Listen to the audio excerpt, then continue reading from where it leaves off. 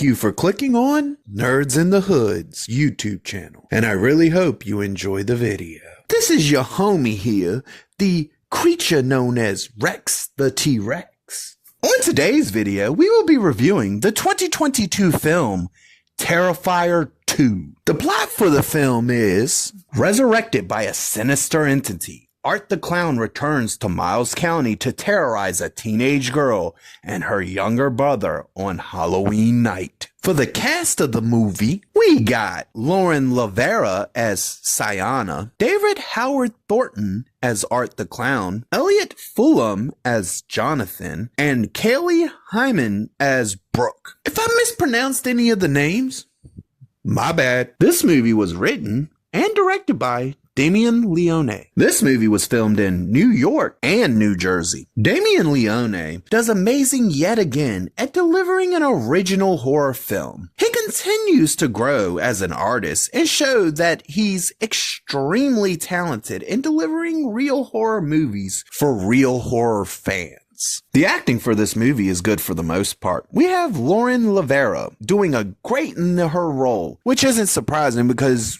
she was also in Split and did really great in that role as well. We also have David Howard Thornton, who at this point steals every scene he's in yet again, but also cements himself as officially being the only actor who will be able to play Art the Clown at this point. It's the same thing as the Robert Englund Freddy situation, where if you ask any Nightmare on Elm Street fan who is Freddy, who plays Freddy, they'll never bring up Jackie Earle Haley, who played Freddy in the remake. No, it will always be the original Robert Englund. And David Howard Thornton has pretty much made sure that at this point, he is Art the Clown. You cannot separate the two. The weakest link for this movie was Elliot Fulham, and I know, he's a child. But guess what? If you're going to be in a movie, you're going to get judged like any other actor. I don't give a shit what your age is, what your gender is, or any fucking thing. If you're going to act, I'm going to judge you based off of your performance. And his performance in this movie was not that good. And it's extremely noticeable when he's put next to David Howard Thornton and whatnot, and a lot of the other cast, because a lot of his line delivery is just really flat. It has no emotion behind it. It really feels like you're watching someone pretending to be somebody else and not watching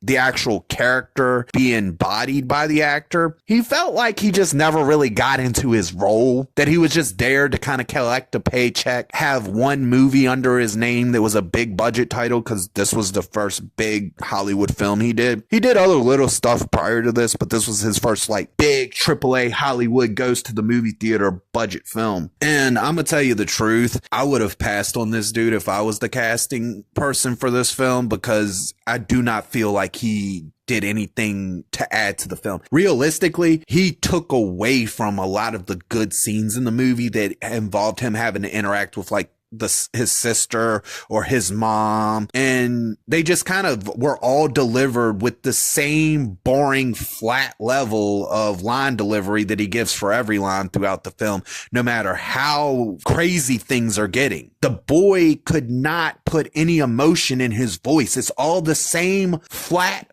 monotone every line, and it weighed on this movie. His bad acting actually pulled me out of this movie for the scenes that he was in. The movie does great at picking up where the last film ended. The opening shows that the tone for this from the last film is definitely going to be the same tone for this film, as well as setting up what the next chapter of the story is for Art the Clown and his evil little adventures. This movie gives you also a better idea of what the timeline is between this movie and the first film, and like how that timeline works, while not giving you everything, so that your brain and your imagination can do a little bit to fill in the in-betweens. This movie has a great soundtrack that fits the tones and the scene that the soundtrack is used in amazingly. This is a film that's not for everyone. It's mostly for people who love extreme gore and real horror, and not for people who want that elevated crap, or they don't just really watch horror movies a whole lot, or you're not a big fan of gore and blood, this movie's really not going to be for you. But for your real horror aficionados who've taken a flying leap down the rabbit hole of horror and made it pretty damn deep, you got a really good movie here to enjoy. This movie has some amazing effects that are brought to life with some amazing props and prosthetics that allow the movie to deliver on its extreme gore and completely original kills. The characters in this film are both smart at times and completely stupid at times. It's not to the point where you feel like it's a bad joke, but more of a how would you react to a messed up situation if you were thrown head first into it kind of thing.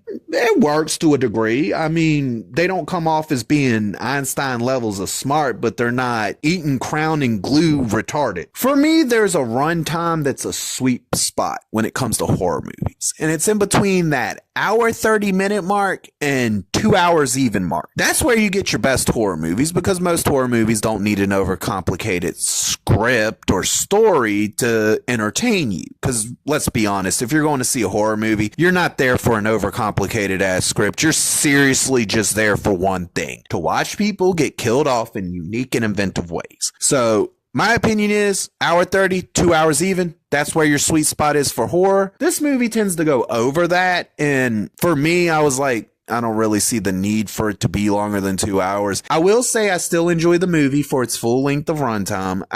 I'm not big on the runtime. I think it could have been a little bit shorter, but it's what we got. So like I said, that is realistically a little nitpick. It's like one of those personal pet peeve type things. I just wanted to put it out there that it was a thought I had. It was a feeling I had on the movie. Will it affect the rating? A little bit. Not a whole lot, just a little bit. This movie is proof that we can get a movie made in the modern era that is pure entertainment from beginning to end with no messaging in it in any way, shape, or form. And that's the beauty of it. And that's why I really like what he's doing, what Damien Leone is doing with the Terrifier series. He is making sure to keep it pure entertainment for the sake of pure entertainment. So no matter what you believe, no matter what your political beliefs are, no matter what you do in your damn bedroom that nobody gives a shit about, but you want to tell everybody about, it's pure entertainment. That's what we get here. And that's what we need more in the modern day. This movie has a few cool transitions as far as shifting from scene to scene goes, as well as quite a few mind-blowing scenes that are spread throughout this extremely gruesome, gory, blood-filled movie. They're all really good.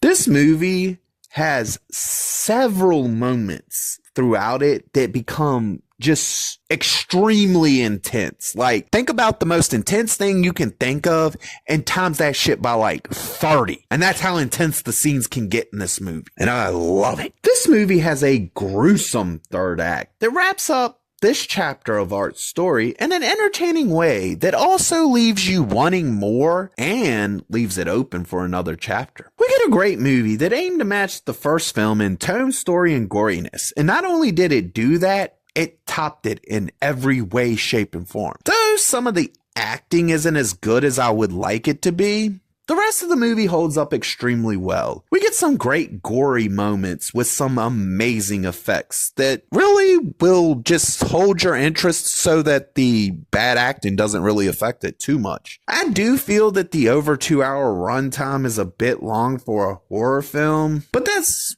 like I said, that's one of my personal opinions on that thing. It still doesn't really bother the film too much. It just feels a little bit long to me personally. But at the end of the day, we get a highly entertaining film that is pure entertainment from beginning to end, and it's literally sets out to do what it's meant to do. It literally entertains you from beginning to end. That's all it does. And for that, that's why it gets the rating that it receives. This movie gets the rating of, oh, damn, that was actually entertaining. Do the homie a favor. If you liked the video, hit that like button. If there's something you would like to specifically see me review, whether it be a book, a movie, or a video game, drop that in the comments section down below. And don't forget to hit the subscribe button so you can get more of the homie, Rex the T-Rex.